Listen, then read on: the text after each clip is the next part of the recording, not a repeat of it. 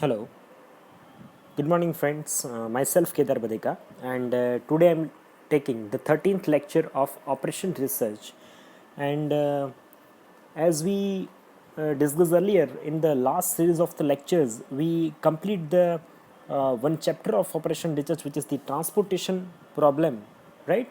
So, in today's lecture, we try to understand the another new chapter of Operation Research, which is about the assignment models, right? Or we can say that the assignment problems. So basically assignment problem is अगर मैं आपको एक चीज़ easy language में आपको समझाने की कोशिश करूँ तो असाइनमेंट प्रॉब्लम जो है वो उसका बेसिकली एप्लीकेशंस कहाँ पे हो सकता है, राइट? यानी ये चीज़ जो है ना वो आपके लिए काफ़ी इम्पोर्टेंट है क्योंकि ये सब्जेक्ट पढ़ने के साथ साथ आपको ये क्वेश्चंस हर वक्त ये माइंड में रहता ही है कि चलो ये चीज़ हम लोग पढ़ रहे हैं पर इसका बेनिफिट क्या है, ये हम कहाँ पे यूटिलाइज कर सकते हैं. जैसे ट्रांसपोर्टेशन कोस्ट था तो आपको ट्रांसपोर्टेशन कोस्ट के बारे में पता चल जाएगा होगा कि आप जैसे आप अपने कोई मशीन शॉप में काम कर रहे हो, आपके प्लांट में काम कर रहे हो जहाँ पे ट्रांसपोर्ट एक चीज़ को एक जगह से दूसरी जगह पे मैन्युफैक्चरिंग करवाने के लिए आप लेके जाते हो तो फिर उसके पीछे कितना ट्रांसपोर्टेशन कॉस्ट जो है वो उसमें हम लोग लगाते हैं, राइट? और उसको कैसे डिफरेंट डिफरेंट मैथमेटिकल मॉडल्स जो है उसको यूज़ करके हम लोग किस तरीके से उसको कंट्रोल कर सकते हैं. तो ये तो था अपना ट्रांसपोर्टेशन, राइट? अब जो आज हमें चीज़ नया चैप्टर जो स्टार्ट करना है that is the assignment problem. और असाइनमेंट प्रॉब्लम के लिए अब ये चीज़ जो है ना वो काफ़ी सिमिलर है और इसका जो एप्लीकेशंस जो बड़ा एप्लीकेशन में आपको अगर बात करूँ तो आपके पास सपोज कोई रिसोर्सेज है तो एक रिसोर्सेज का आप इफ़ेक्टिवली यूटिलाइजेशन कैसे कर सकते हैं, कहाँ पे किस चीज़ को असाइन करने से. सपोज आपका मैन हो गया, मटेरियल हो गया, मनी हो गया, किस चीज़ को कहाँ पे असाइन करके कहाँ पे यूटिलाइज करके आप उसके कोस्ट में ऑप्टिमाइजेशन कर सकते हैं. That is the main applications of the assignment problem. So we start with the introduction, basic introductions of the assignment models or assignment problems. Then we discuss about the various method of the assignment problems. हम किस किस तरीके से किस method को use करके assignment problems को हम लोग यूज़ कर सकते हैं और सॉल्व कर सकते हैं. फिर इसमें जो basically as per the our syllabus GTU syllabus के जो हिसाब से हम लोग बात करें तो हमारे लिए ये सारी जो मेथड्स है उसमें से एक मेथड जो है वो हमारे अभी के लिए बहुत ज़्यादा इंपॉर्टेंट है. वो सिलेबस में वही मेथड हमें दी गई है, that is the Hungarian method, right?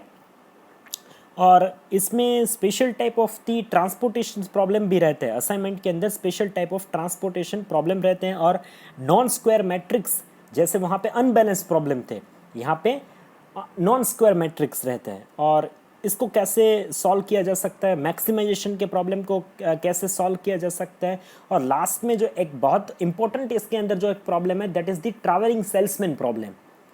तो इतनी चीज़ जो है ये चैप्टर के अंदर हमें स्टडी करनी है. अगर मैं मार्क्स के हिसाब से मैं बात करूँ तो ट्रांसपोर्टेशन प्रॉब्लम के जैसे ही assignment problem is having the same amount of the weightage, right? 7 to 10 marks का जो है वो वेटेज इस असाइनमेंट प्रॉब्लम्स का जो है वो रहता है. और इस हिसाब से अगर हम इसको सॉल्व करें तो अगर जैसे आपका ट्रांसपोर्टेशन कोस्ट आपको आपका जो परफेक्ट एक आपके पास अगर ग्रिप है, राइट? तो आप ट्रांसपोर्टेशन प्रॉब्लम हो गया, आपका असाइनमेंट प्रॉब्लम्स हो गए आपके, उस हिसाब से उसको स्टडी करके उसको अगर उसी चैप्टर के ऊपर मैं आपको इसीलिए इतने सारे चैप्टर के ऊपर फोकस क्यों करवा रहा हूँ क्योंकि most of the students are working somewhere else, right? वो इंडस्ट्रीज़ में साथ में जॉब भी कर रहे हैं और स्टडी भी कर रहे हैं. तो पहले हम लोग फोकस वहाँ पे करेंगे कि जो चैप्टर सीखने के लिए काफ़ी इजी है वहाँ से ज़्यादा स्कोर किया जा सकता है, राइट? तो पहले जो हमारा जो टारगेट है ना वो वही टारगेट है जिसको हम लोग उसके ऊपर ज़्यादा फोकस करके उसको पहले सीख के और जिस तरीके से हम लोग मैक्सिमम उसमें से मार्क्स को गेन कर पाए ऐसा एक पर्सपेक्टिव के साथ हमें ये चैप्टर को भी स्टडी करना है। अब फिर भी मैं एक चीज़ पहले भी क्लियर कर देना, पहले भी मैंने क्लियर किया हुआ है और आज भी मैं क्लियर करना चाहता हूँ कि आप देखोगे कि ये जो सारे ऑपरेशन रिसर्च के अंदर जितने भी चैप्टर्स हैं ना, वो सब बेस्ड है, आपको मैं एक बार सिखा तो दूंगा, राइट। अब यानी मैं जहाँ तक ये जो सब्जेक्ट है उसको मैं समझता हूँ ना, तो ये मैथमेटिकल सब्जेक्ट है। तो मैथमेटिकल सब्जेक्ट में बेसिकली क्या होता है, मैं अब जब आपको सामने से सिखाने की कोशिश करूँ, ये आप रिकॉर्ड करके, क्योंकि आप सारे लोगों का यही ओपिनियन था कि हमें रिकॉर्डेड वीडियो से ज़्यादा समझ आ रहा है। जहाँ तक मैं समझता हूँ वहाँ तक ये चीज़ ज़्यादा आपको इफ़ेक्टिवली होती अगर आप ऑनलाइन लेक्चर कंडक्ट करते हैं।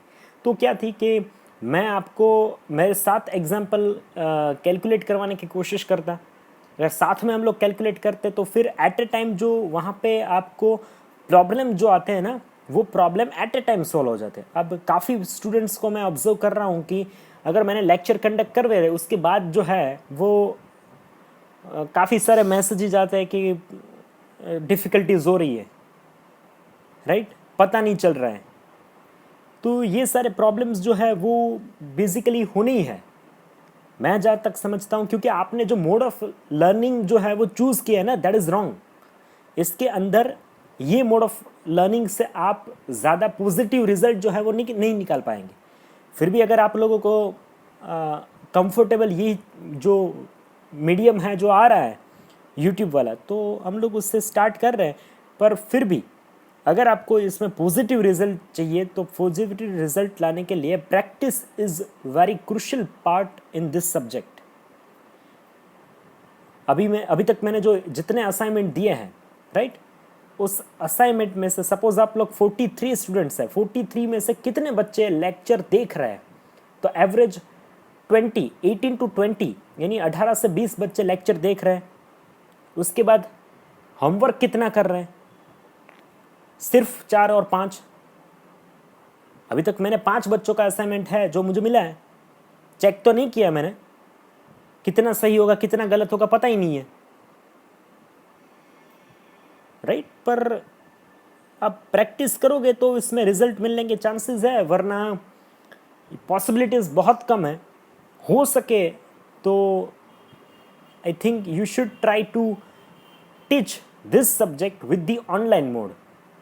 अगर ऑनलाइन लेक्चर कंडक्ट हो गए, हम लोग एक साथ एक एग्जाम्पल एक मेथड को स्टडी करने की कोशिश करेंगे तो ज़्यादा बेनिफिट होगा। अदरवाइज आई डोंट माइंड, मुझे ये जो मेथड है इसमें कोई प्रॉब्लम नहीं है, आपके लिए थोड़ा डिफ़िकल्ट हो जाएगा, तो हम लोग ये इसको स्टार्ट करने की कोशिश कर रहे हैं।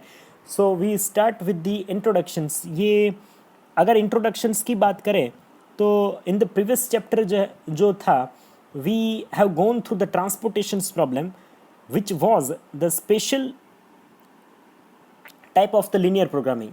ये जो ट्रांसपोर्टेशन था एक स्पेशल टाइप का लीनियर प्रोग्रामिंग मैथमेटिकल मॉडल्स था, right. A special developed algorithm of the transportations which is lead a easy solutions of the problem. The assignment model is another type of the special applications of linear programming. ये जो assignment problem है ना, वो भी एक तरीके का जो है वो linear programming ही है, right? Similar to the transportation problem. A special algorithm is also developed for this. Also, we will discuss a various method to solve the assignment problems for the different types of the conditions which is assigning the task. तो अगर इसको introduction के साथ start करें तो basically the assignment model is a minimization model of the linear programming. Assignment models के अंदर भी हम लोग बात करें तो इसका जो बेसिकली ऑब्जेक्टिव होगा, तो ऑब्जेक्टिव क्या होगा, that is the minimization of the linear programming, right. We have to minimize the assign cost, right. जो असाइनिंग कॉस्ट लगती है इसके पीछे उसको मिनिमाइज करना, that is the basic objective of our problem. The assignment problem is a special case of the transportation problem with a special values for the decision variables and the constraints and in the constraints which is the constant, right. It arises in the decisions and how to allocate a group of the individuals to the group of the task. Under the following rules, each individual is assigned to one task only. आप इस problem के अंदर जो है किसी एक individuals को एक ही टास्क दे सकते हो, राइट? ये प्रॉब्लम के अंदर इसका जो रूल्स है, ये प्रॉब्लम को कैसे सॉल्व करना है, इसके दो रूल्स हैं. एक तो कि एक one person is can able to perform the one task. एक आदमी जो है वो एक ही टास्क जो परफॉर्म कर सकता है. Each individual is assign to only one task. एक आदमी को आप एक ही टास्क जो है वो असाइन कर सकते हो, right? Each task is perform by one individual only. जो एक टास्क होता है वो एक ही जो है वो आदमी उसको परफॉर्म कर सकता है, दूसरा जो कोई उसमें हेल्प कर सकता नहीं है. The number of task is given, the number of task is equal to the number of individuals. जितने टास्क होंगे उतने सामने इंडिविजुअल्स होंगे, उतने सामने पर्सन्स होंगे. The problem is to determine the assignments और the transshipments of individuals to task to minimize the total cost और minimize the time. यानी ये जो एग्जाम्पल है वो बेसिकली किस ऑब्जेक्टिव के साथ आपको दिया गया है, यानी दो चीज़ आपको मिनिमाइज करनी, या either you have to minimize the cost, either you have to minimize the time. Given the time cost, right, for the individual of the each task. आपको एक इंडिविजुअल टास्क का जो टाइम है वो कम करना है या फिर कोस्ट कम करना है. In assignment problem neither the resources are individual among them nor are the job are divisible among the resources. So अब इसके आगे बात करें तो बेसिकली ये डिफरेंसेस क्या होते हैं ट्रांसपोर्टेशन प्रॉब्लम और असाइनमेंट प्रॉब्लम के बीच का जो बेसिक डिफरेंस होता है वो डिफरेंस क्या होता है. तो अब डिफरेंस को स्टडी, तो ट्रांसपोर्टेशन प्रॉब्लम के अंदर देखें तो ट्रांसपोर्टेशन प्रॉब्लम के बारे में आपको अभी आई थिंक आप थोड़ा ज़्यादा क्लियर हो, राइट? असाइनमेंट के साथ हम लोग उसको रिलेट करते जाएंगे. तो इन ट्रांसपोर्टेशन प्रॉब्लम में हैव द रेक्टेंगुलर मैट्रिक्स और ए स्क्वायर मैट्रिक्स. तो ट्रांसपोर्टेशन प्रॉब्लम्स के अंदर क्या थे, तो कि रेक्टेंगुलर मैट्रिक्स थे जो आपको डिमांड सप्लाई वाला जो टेबल गया था, either it is rectangular either it is the square matrix. अब असाइनमेंट प्रॉब्लम के अंदर क्या होता है, the matrix of the problem is must be square matrix. इसके अंदर रेक्टेंगुलर मैट्रिक्स जो है वो सॉल्व नहीं किया जा सकता, इसके अंदर आपको कंपल्सरीली स्क्वायर मैट्रिक्स ही चाहिए सॉल्व करने के लिए. तो फर्स्ट इसके बीच का डिफरेंस हो गया. Then the second difference which is that the problem which is deal with one commodity which is being solved from the various origin to various destinations. इसके अंदर जो है जो एक कमोडिटी होती है वो या तो फिर एक सोर्स या तो फिर एक डेस्टिनेशंस के साथ उसको सॉल्व करने की कोशिश किया जाती है, राइट? असाइनमेंट प्रॉब्लम के अंदर क्या होता है, the problem which is deal with the different job and the different machines for assigning the workers and resources. इसके अंदर जो है वो प्रॉब्लम किस रिगार्डिंग होता है, इसके अंदर जो बेसिकली प्रॉब्लम्स होता है इसके अंदर डिफरेंट जॉब्स होते हैं, राइट? या तो फिर डिफरेंट मशीन्स होते हैं. जैसे आपका मशीन्स हो गया M1 M2 M3 M4 M5, वो या तो फिर वर्कर को असाइन किया होता है या तो फिर उसके हिसाब से इसको रिसोर्सेज असाइन किए होते हैं. तो इस रिगार्डिंग जो है वो प्रॉब्लम्स होते हैं. वहाँ पे सोर्सेज और डेस्टिनेशंस के प्रॉब्लम्स थे. यहाँ तक का इतना ट्रांसपोर्टेशन कॉस्ट था, यहाँ तक का इतना ट्रांसपोर्टेशन कॉस्ट था. डेस्टिनेशंस और दी सोर्सेज, कहाँ जाना है और कहाँ से जाना है, that is the source and destinations, right? फिर ट्रांसपोर्टेशन की बात करें तो third difference which is the row and column is may have any number of allocations which is depending on the rim conditions. यानी आप रो और कॉलम के अंदर उसके हिसाब से जो है वो वहाँ पे एलोकेशंस अनलिमिटेड एलोकेशंस कर सकते हैं. यहाँ पे इतना कोई लिमिटेशंस नहीं था कि आप सपोज कि एक रो में दो ही असाइनमेंट कर सकते हो, कॉलम में 3 ही असाइनमेंट कर सकते हो, ऐसा कुछ लिमिटेशंस नहीं था. जबकि असाइनमेंट मॉडल के अंदर जो है वो row and column must have 1-to-1 allocations. एक रो में एक असाइनमेंट होना चाहिए और एक कॉलम में एक ही असाइनमेंट होना चाहिए। वहाँ पे इतना वो नहीं था, हम लोग वहाँ पे जो है वो असाइन कर सकते थे, राइट। एक रो में और एक कॉलम में जहाँ तक आपके जो डिमांड थे वो सेटिस्फाई ना हो जाए वहाँ तक उसको एलोकेशंस कर सकते हैं। Then the fourth difference, the basic feasible solution is obtained by the northwest corner methods or the matrix minimum method, which is the or the minimum solutions with the जो आपका फिजिबल सॉल्यूशंस था वहाँ पे matrix, यानी आप मैं बताऊँ कि नॉर्थ वेस्ट कॉर्नर से आपको एकदम मिनिमम जो है वो ट्रांसपोर्टेशन कॉस्ट मिल जाती थी और उसको आपको एक्यूरेट करना था तो वैम से कर सकते थे। यहाँ पे जो basic feasible solution is obtain by the Hungarian method, right. Hungarian method से आप बेसिक उसका सॉल्यूशंस निकाल सकते हो और द फ्लड्स टेक्निक्स और बाय द असाइनमेंट एल्गोरिदम, इससे यहाँ पे आपका बेसिक सॉल्यूशंस जो है वो मिल सकता है। Then the basic feasible solutions have m+n-1 allocations.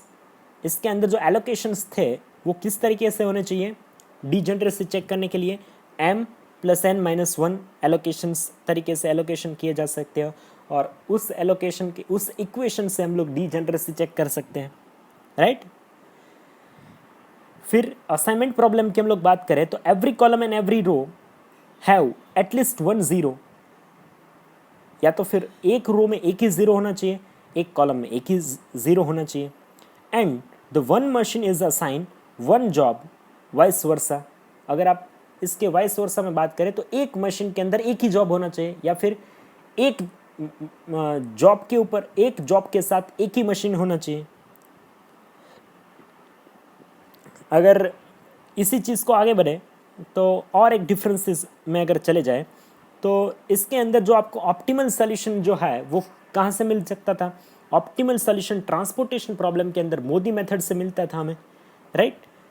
जबकि यहाँ बात करें तो यहाँ पे ऑप्टिमलिटी जो test is which is given by drawing the minimum number of the horizontal and vertical lines to cover all the zeros in the matrix. आप horizontal और वर्टिकल से सारे ज़ीरो को असाइन करके इसमें ऑप्टिमल सॉल्यूशन जो है वो आप फाइंड आउट कर सकते थे। तो ये जो था वो बेसिक ट्रांसपोर्टेशंस एंड असाइनमेंट प्रॉब्लम्स के डिफरेंस थे।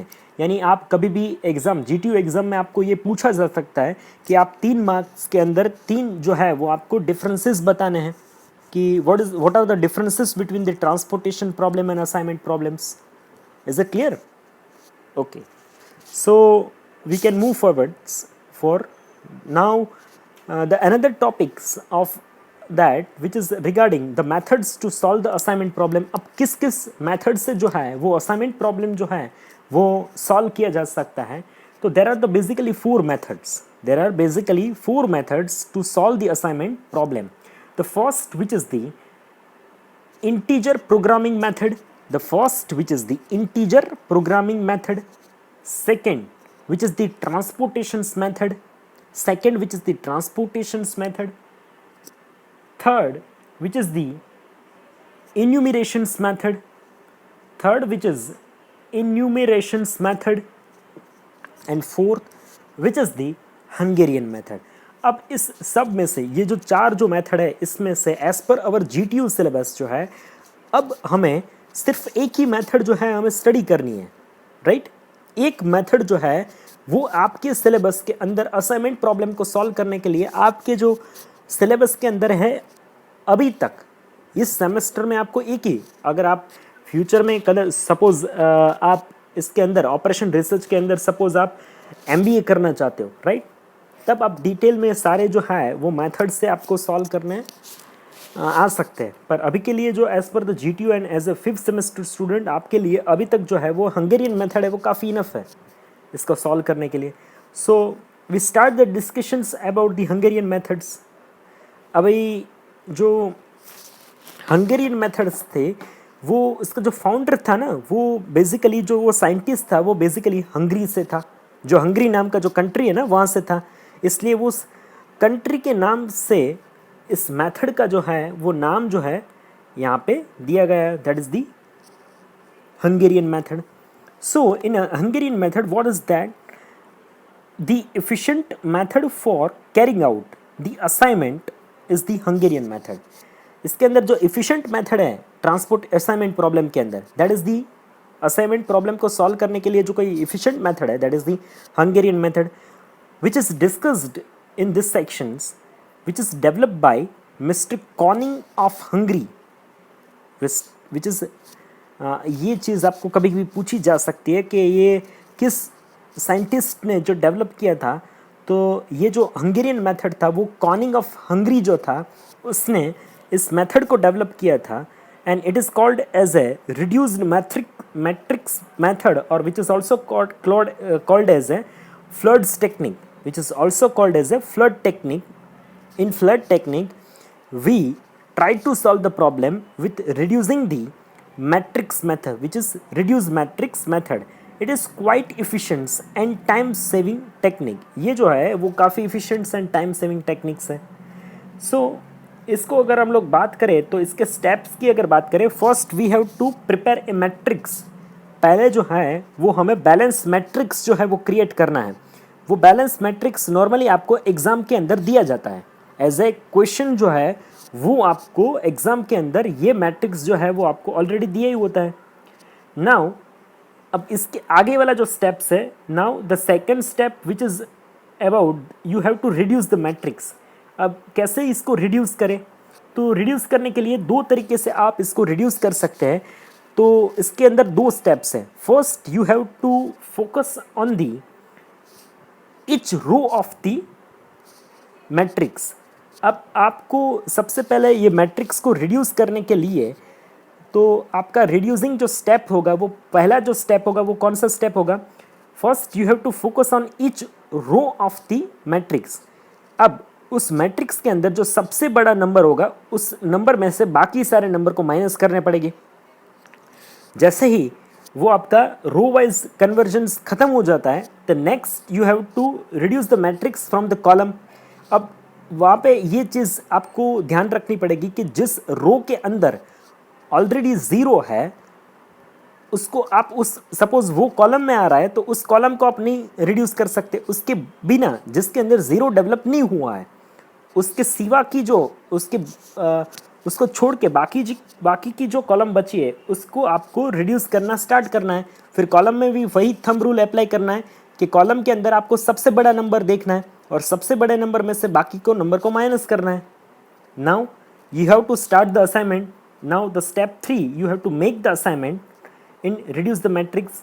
तो इसके पीछे अब आपको मैट्रिक रिडक्शंस जो है वो स्टार्ट करना है. आपको इस तरीके से उसको रिड्यूस करना है, इस तरीके के आपको लाइन को क्रॉस करना है.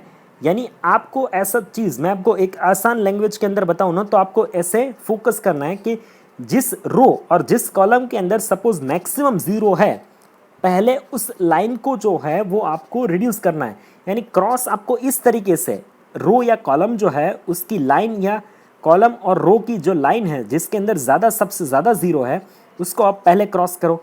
सपोज एक कॉलम के अंदर आपको 3 ज़ीरो है तो आपने वो कॉलम रिड्यूस कर दी, राइट. फिर उस एक कॉलम ऐसी है या फिर एक रो ऐसी है कि जिसके अंदर 2 है ज़ीरो, तो फिर आपने उसको रिड्यूस किया. फिर लास्ट में आप 3, 2, 1 इस तरीके से आपको प्रायोरिटी देनी है.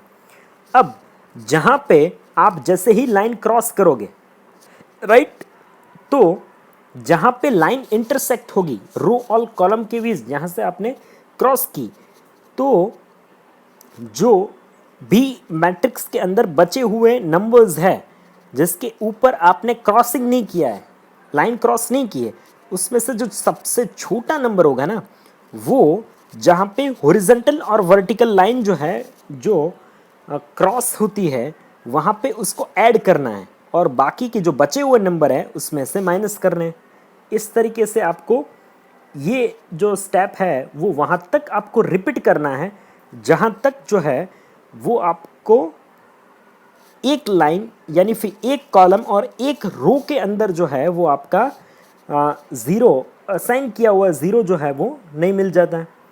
यानी step 4 which is regarding find out the minimum number of the line which is crossing all zeros. आपको ऐसी लाइन जो है वो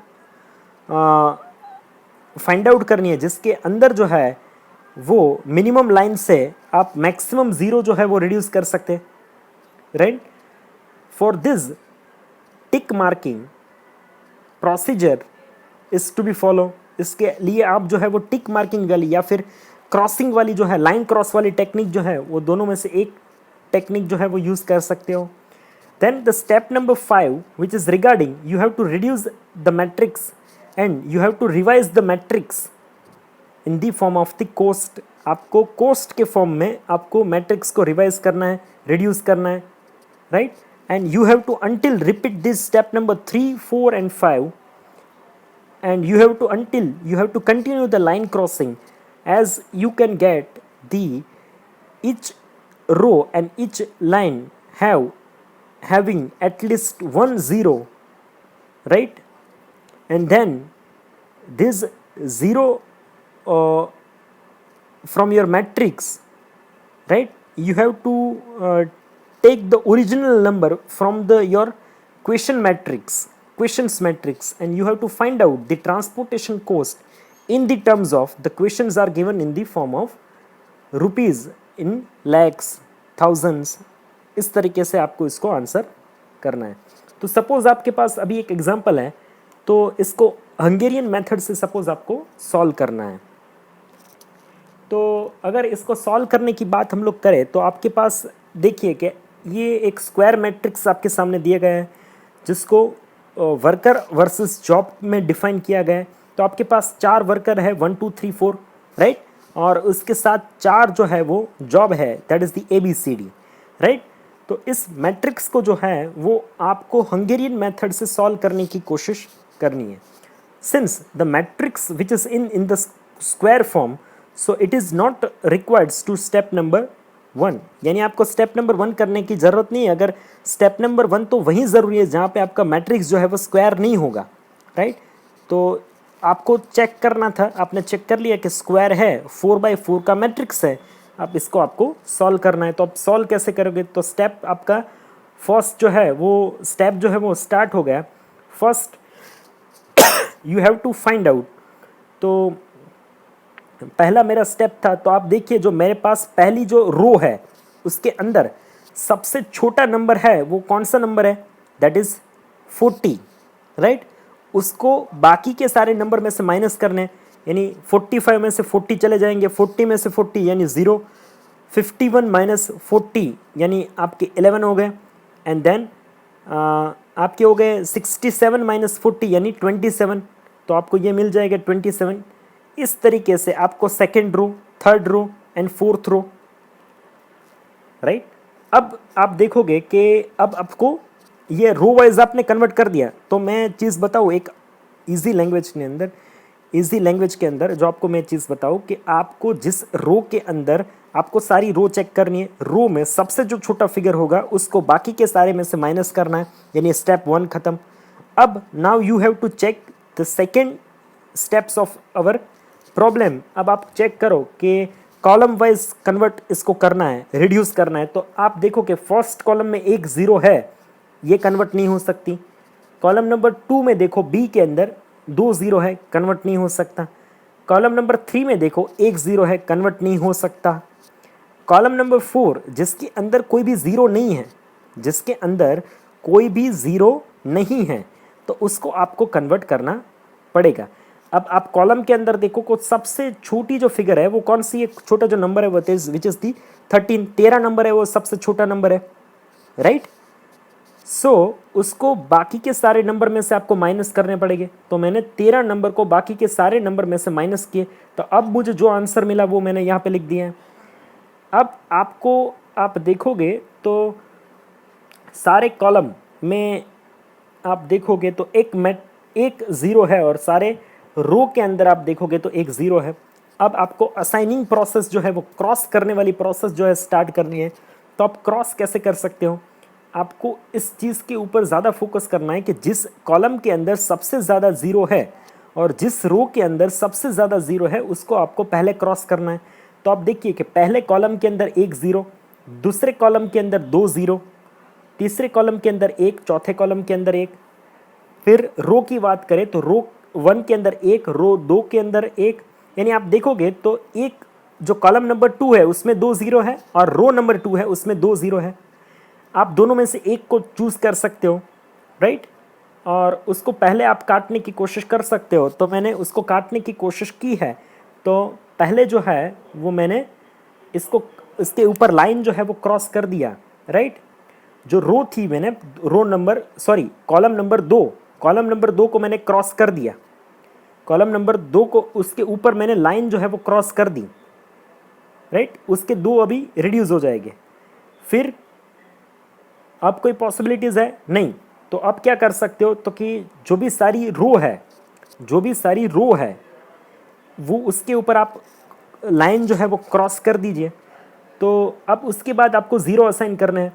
सपोज़ आप ज़ीरो असाइन करोगे तो पहले वाले जो कॉलम थे, तो पहला वाला जो कॉलम था उसके अंदर आप देखोगे कि वर्कर नंबर 4 जो है वहाँ पे एक ज़ीरो है, तो उसको मैंने असाइन कर दिया। यानी एक कॉलम में अब ज़्यादा ज़ीरो नहीं हो सकते, राइट। एक कॉलम के अंदर या फिर एक रो के अंदर आप एक ही ज़ीरो को असाइन कर सकते हैं। ऐसा हो सकता है कि नहीं हो सकता है, ये आपको चेक करना है। तो पहले कॉलम के अंदर मैंने ज़ीरो यूज़ कर लिया है। अब दूसरे कॉलम के अंदर मेरे पास दो ज़ीरो है। आप देखोगे दूसरे कॉलम के अंदर मेरे पास दो ज़ीरो है, राइट। तो उसको मैं अभी छोड़ देता हूँ, मैं चला जाता हूँ तीसरे नंबर वाले कॉलम के अंदर, क्योंकि वहाँ पे एक ही ज़ीरो है और वो जो है वो थर्ड रो के अंदर आता है। तो मैंने थर्ड रो जो है वो यूटिलाइज कर ली, यानी मेरा चौथा रो तो एक बार यूटिलाइज हो ही चुका है, अब थर्ड रो भी यूटिलाइज हो चुका है। अब मैं चला जाता हूँ चौथे वाले कॉलम के अंदर। तो चौथे वाले कॉलम के अंदर आप जाओगे तो उसके अंदर जो है वो ज़ीरो था, वो किस कॉलम के अंदर है, किस कॉलम के अंदर है, किस रो के अंदर है, किस रो के अंदर है, दूसरे रो के अंदर है, राइट। अब देखोगे दूसरे रो के अंदर मेरा ज़ीरो है, तो मैंने कर दिया। अब मेरा बचेगा एक ज़ीरो जो पहले रो के अंदर है और दूसरे कॉलम के अंदर है, तो उसको मैंने असाइन कर दिया। आप देखोगे कि अभी ऐसे सारे इस तरीके से ज़ीरो जो है वो असाइन हो चुके हैं। यानी आप देखोगे कि रो वाइज देखोगे तो एक रो के अंदर मैंने दो ज़ीरो जो है वो असाइन नहीं किए हैं, सारे रो के अंदर एक ही ज़ीरो है और सारे कॉलम के अंदर एक ही ज़ीरो है। अगर उस तरीके से असाइन हो जाते हैं तो ये फिर आपका यहाँ पे सॉल्यूशन जो है वो हो गया, राइट। अब आपको आगे क्या करना है, तो आपको आगे जो है वो असाइनमेंट कोस्ट फाइंड आउट करना है। अब असाइनमेंट कोस्ट कैसे फाइंड आउट हो सकता है, जहाँ पे आपने स्क्वायर किया है, जो ज़ीरो वाली जगह पे स्क्वायर किया है, राइट, उस जगह में ओरिजिनली कौन सा नंबर था, ओरिजिनली क्या जो नंबर था वो दिया गया है। तो आपको क्वेश्चंस वाले फिगर में जाना पड़ेगा।